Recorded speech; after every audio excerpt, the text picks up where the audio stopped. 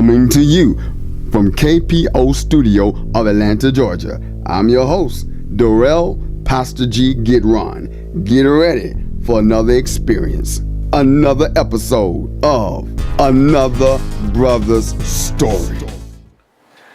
All right, D. It is a blessing to be able to have you here today, but also have you here as a graduate of South Carolina State.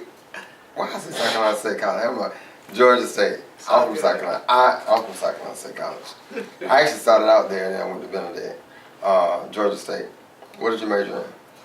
I majored in. I'm sorry. What you got your degree in? I majored in sociology with a minor in psychology at Georgia State University. Okay. And why? When I first went into college, I planned on studying computer science, and I never even knew about sociology or what it was until I was in college and I took a class with a professor. I would never forget her name. Her name was Professor Lazenberg, because she taught me a lot of lessons. Lazenberg. Wow. I would never forget her. Okay. After taking that class, what the class was about solving everyday human problems. And what we would have to do is we would sit around in the class and just brainstorm on ideas on how to solve everyday human problems. Right. And every day after walking out of the class, you would feel some sort of reward, like you're contributing to something, a greater sense of self. Like, you're contributing to something, you're doing something. Right. And there was a hunger for this class I can't wait to get to this. Like, I'm late, I need to get to class to this. I'm missing material. Right. Wow. And I was, I've looked and saw what was drawing me so much, and it was the material and what sociology was about, which is about human problems and the way people interact and how we solved human problems. So I dove into it, and that's where I'm at now, graduated with it. Awesome. How do you think you are with solving human problems? Man, I'm probably, my girlfriend would like to see I'm very annoying with that, because once I'm stuck on a problem, man, you got to pull me off of it, because I'm committed 100%. I will stay all day on that problem until it gets solved. Okay. And which is a good thing and a bad thing. Yeah.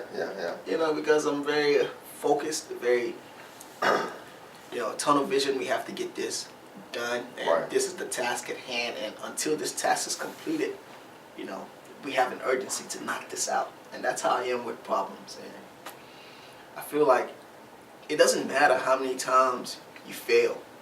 Failure is just an event. It doesn't matter how many times. Right.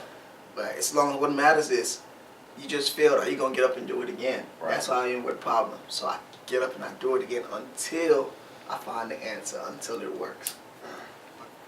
A person can look at you and they can tell off the bat that you're not from here.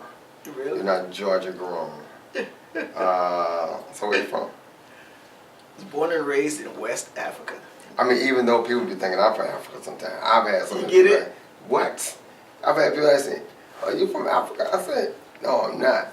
Okay, dark chocolate. Yes, I understand. No dark. Everybody from Africa is not dark. Prime example. True. Okay.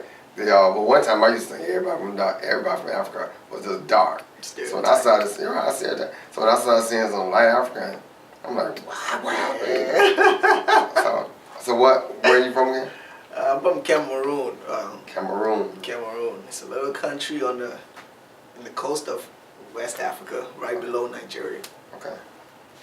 And my mom is light skinned too. And I never got that question that, are you African? I always got, are you from New York or are you Puerto Rican? I never get African. Wow. And then when I tell people, they're like, oh my God, really?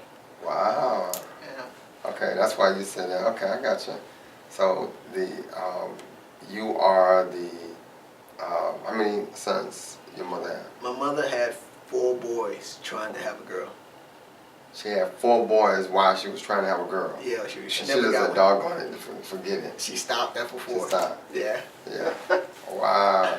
Yeah. So who are your brothers? Rodney is right behind me. How old is he? He's 21. Okay, you were 22. I'm 23. 23, okay. We're all 2 years apart. Okay. I'm 23. Rodney's 21. That's how much the grocery cost, just not to $23. Really? On the head. Really? Yes. Wow. I made the extra when I got in the car too. Wow. Something strange about that number 23 lately to me. Yeah, work with it. Okay. Okay. And Matthias is 19. And Simone, he's the baby. He's 17. Simone. Simone. Your mother have a 17-year-old? Okay, wow. Yeah. Okay, he's still in high school. He's graduating from high school this year. Okay. And I'm so proud of him. I'm just so proud of him. Right. He has a better job than me. And he's still in high school. Are you serious? I'm telling you, yeah, he has a better job than my mother. What? Can you believe it? Where is he working at? He's an engineer for a brake company. Wow. He just got promoted to a management position. Are you serious? 17. Is he homeschooled? He does all this after school hours. He leaves school, drives to work, Right. and then works, and then goes home. Shut your mouth. Okay, Crazy. God, that's good. Yeah. That's a blessing. I'm proud of him. Yeah, that makes you stand on your feet too. I'm quite sure. I'm quite sure he's as equally proud of you too, though. Did he go to college? Oops. Well, no, he ain't Yeah, done he college, only right. got to college. Yeah, so I'm That's thinking the about the key. other one right now. So Right. I'm quite sure that when he looks at you, he's proud of you as well. You know, you'll be surprised how you bring inspiration to people that you were inspired by. You know, you're inspired from them, but you'll be surprised how much your life inspires them. You know, and sometimes not until they tell you, and you know, that's why we need to tell each other often, because we'll be surprised, because it's a person that we think don't need to hear that, you know, from us. What brought you to America, to Georgia? We came here to get rich. We came here to make something of ourselves and to get some of this American money. That's what it's about. That's what it's about. Seriously?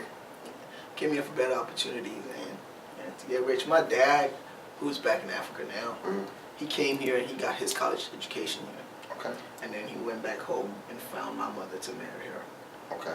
And then he sent his kids that, hey kids, you can do the same thing I did. Okay. So Okay. yeah. So, do you plan on going back? Or do you plan on No. staying? Well, I plan on going back for investing because the potential in Africa and the growth is tremendous, and I would be stupid not to invest into my home, my roots, Right. where I have connections. So I will be going back for investing, but I don't think, and maybe vacations, but I don't think I would ever live in Africa again. Is it poverty stricken? It is certain parts, but not where I was from. I came from a very fortunate side. I really didn't grow up in the village. I grew up in the city part. So I was fortunate. And you said you were part of a tribe. Yes, I'm part of a tribe of the Quen tribe. My mother is part of the Bansal tribe. My dad is part of the Quen tribe. And so I'm Quen because my dad is Quen. Okay. So what does that mean for you now? Over here, you're part of that tribe. What does that mean for you? Well, it's essentially like almost like a legacy, or it's kind of like here when you, just a quick example, like when you're in the club and they say, if you're from Atlanta, throw it up, and everybody's proud to, if you're from Atlanta, you're representing your city. Right. So now that we're here in a foreign land, if you come across another African, you know, You're from Africa, right? You're from Africa, but it's subgroups. There's what tribe? Right. Oh, well, we have a closer connection. Right. We have a language. We have understanding. We have Right. people. We have foods together. Right. So it's like a way to You connect. feel connected. Exactly. Yeah. We're very communal based. Yeah. Awesome. Awesome. What cultural beliefs and traditions do you have here with you in America that guide you? That because we hear of African proverbs, we hear of so much from Africa that is known as the motherland. And so, what are some of the things that guide you from day to day that you hold on to, some of your teachings and virtues? For me to be able to answer that question, I must say this first, that I'm 23 now. And I came to this country when I was 12 and a half. So exactly half of my life was spent in Africa, and half of my life was spent here. Okay. So the position that I'm in now and moving forward in my life, I'm trying to combine the best of both worlds. You know, what this one has to offer and what this one has to offer. By saying that, what I'm leading to is, for me to point out what what teachings made me who I am today and what African aspects were instilled in me, I have to contrast them against the American aspects. By that I'm saying, okay, growing up in Africa, they teach you to be people-oriented, very people-oriented. You not only think about yourself, but you think about everybody around you. You think about every decision you make and how it affects not the person next to you, but everybody around you. Wow. Every little decision you make affects somebody around you, and you have to be considerate of that. Right, gotcha. Versus the American way, which is very individualized, and you know, even in the family system where, you know, brothers and sisters, we grow up, but you do your own thing. Right. You know, it's not that way. It's you grow up, you're connected, and what this person is doing ultimately relates to you and affects what you're doing, no matter where you are or what position. So that's how we're raised. Growing up, you always look out for the person around you, your brother, your neighbor. You know, if you have $1, the other person has 50 cents. That's just how we're raised. For one thing, that's one of the most distinct characteristics I think I received from growing up in Africa. Wow. You know, as you describe that, it makes me probably wonder why some people were not surprised that certain people said that about me or asked that about me, because I'm like that, you know? I'm of that mind. I don't understand when you're not of that mind. And then, of course, to my own detriment, at certain times, being of that mind frame, others who was around me were not of that mind frame. So then, instead of them in return giving me the same kind of what I was giving them, I didn't receive that look out. You know what I'm saying? That I got your back kind of thing. And I'm like, and I've been hurt many times because of that, because I expected it. I just thought family does this, whatever, you know. And I don't know, it was just something embedded in me that I'm always looking out for people that I'm connected to. It comes natural, man. I don't understand how not to, you know. So, and you are like that. I like that characteristic about you. Now, so does that mean that all 10 of y'all live in the same house? No, see, that's not what it means now. Oh, okay. At the same time, another characteristic that we've given is goal-oriented and very driven. You know, if 10 of us staying in the same house, that means that something is wrong, and we're looking out for each other till we bounce back. That's why. Oh, okay. But I mean, so close that that we got to see each other all the time. Like, I got to see you. I can't just see you on, you know, holidays. Got to see each other all the time. Got to be connected. Right. In everyday life. So, how often do you see your brothers? I know one of them you work with. Well, yeah, one of them we're that close to. We got this, go to the same school, got the same job. Right. That's good. We're spread apart. One is in. You hooked him up with the job? No, he hooked me up with a job. Shut like, your mouth. Let me explain this real quick. Okay. My brothers, you gotta do better than the person ahead of you. Right. So, yeah, it's every one of my brothers are doing better than I did, which is the expected. I expect them to do better than I did, or you failed. That's our expectation in our household. Okay. And so they're all doing better than me. They got me a good job. You know, Right. They're doing good. That's good. That's good. Awesome. Awesome. Yeah. You smile. Why do you smile all the time? And do you ever not smile? I don't know. If I'm not smiling, I'm quiet. I know when I'm upset, I don't frown. I don't show it. I hold it to myself. Right. And in my thinking, it's like, I think I'm a pretty good and positive person. Right. And I feel like when somebody upsets me or I'm upset for some reason, then I believe that they don't deserve for me to express my happiness and, you know, to share in that with them. So rather than do something malintent or hurt that person, I just reserve my happiness to myself. And any other time when things are good, I'm sharing it with everybody. I want everybody to be happy just like I am, because I believe that you have to make yourself happy. Right. Yeah, it's a decision. It's a verb. You do it. You make yourself happy, because life will there's always going to be something that pulls you down, no matter what, how big, how small. Something's going to pull you down. But what matters is if you say, I'm not going to let this get me down. I'm going to smile and I'm going to go ahead and do this. Right.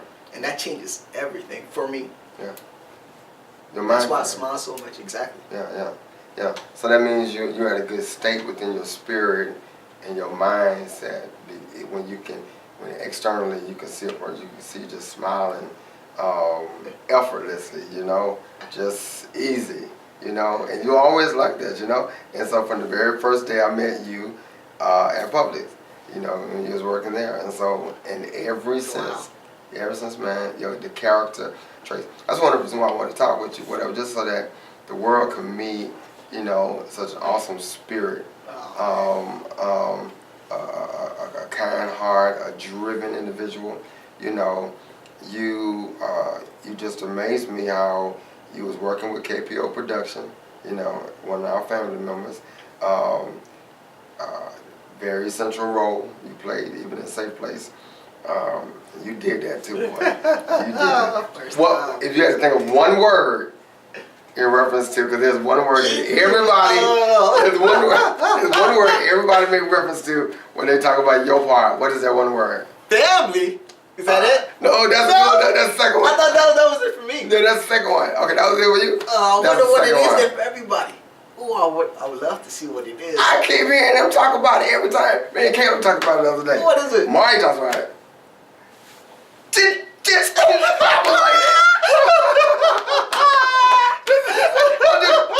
that. You remember the story, right? Oh, man. How can I forget? Yeah. No, but family is the second one. See, I remember family. That moment is burned in my mind. Yeah. And so that's a good way. Yeah, so you running that, you had 2 jobs at the same time, and you was in school. And just demonstrating faithfulness and diligence to everything. And I remember one time when you was having a little challenge with time and everything, and you stayed after rehearsal, you was like, listen, this is, you was trying to explain to me and let me know I'm faithful, I love to do this, I want to do this, but this is what I'm dealing with, And I'm like, man, I'm just thrown, I'm big, you're big in my eye now that you're sitting me down and you're expressing this to me, A lot of young people today don't even know how to do that, don't know how to be considerate enough, but you say you're training, what you and to regard what you are connected to seriously enough, to respect it. That's you, And so from the beginning, and then continuously, I just always look at you as like, wow, there's so many so many young people need to see him. Even with Shabak, I reference you all the time. As a model, as a part of the village to look at, to emulate, whatever. You can have your dad and your uncles and stuff. All those are good, but I think you need to have people at different levels too. Even age levels, because they're up here. I'm 30 years older than my son. There's some decades in between that is good for him to be able to see. As he sees himself growing, that the ones that his dad approves of. Mm-hmm. So that's a good thing for a parent to do. So you are a part of that lineup. Okay, that's a good lineup. You're a part of that lineup. Your relationship with your dad, how's that? It's tough, man. The reason why I say it's tough is because, oh man, that's a tough subject. You just bunged it up on me. The reason why it's so tough for me is because it's, alright, a lot of a lot of the reason of why I am who I am, I think I'm looking for who I am and why I am and why I walk this way and talk this way. And I think a lot of that I'm looking for is in my father. And due to the distance, him being in Africa and me being here, it's made it a little tough for me to be as close to my father and to get what I'm looking for out of him. I know it's not his fault, it's not anybody's fault, but it's life. Nonetheless, it affects me and it affects life. It's very tough to speak about because he said he was going to be here for my graduation. It's just something that I really, really, really looked up to. And even before I walked out into that graduation field, man, I was looking at my phone like, maybe a miracle will come through. Like, that's how big it is to me. Right. So I just really value having my father here. I've had lots of father figures, which I'm very grateful for. You're one of them, of course. And they've taught me a lot of stuff that I needed to know as a man to become a man of character with integrity and honor. These many fathers that God has given me has blessed me with that. But at the end of the day, to be able to seek and receive understanding for who I am, I need to be around my father to receive that from him. And so that is something I hear often from, except from you, there's a desire. There from a lot of guys I hear, some guys, they don't have it, they don't have the connection, they're fine with it, I don't know whether it's a thing or whether it's putting on the tough face, saying, hey, I'm fine with it, cool, I don't know, I think of someone else who say, I don't know where he is, I've never seen him, never seen a picture of him, But I also have heard people like T.D. Jakes, speak about how he remembered when his dad was, when he buried his dad, and it was like, Dad, I got so many more questions for you, how did you feel about this, and how do you feel about this, helping him connect with how he feels about certain things. Do you call him? Yeah, he calls me from time to time, and I call him as well. He calls me and yells at me when I do anything wrong. Right. He'll be the first to call and, what you doing, man? Get yourself together. Right. He's good about calling. Okay, that's good. Do you feel that he's proud of you? Oh, yeah.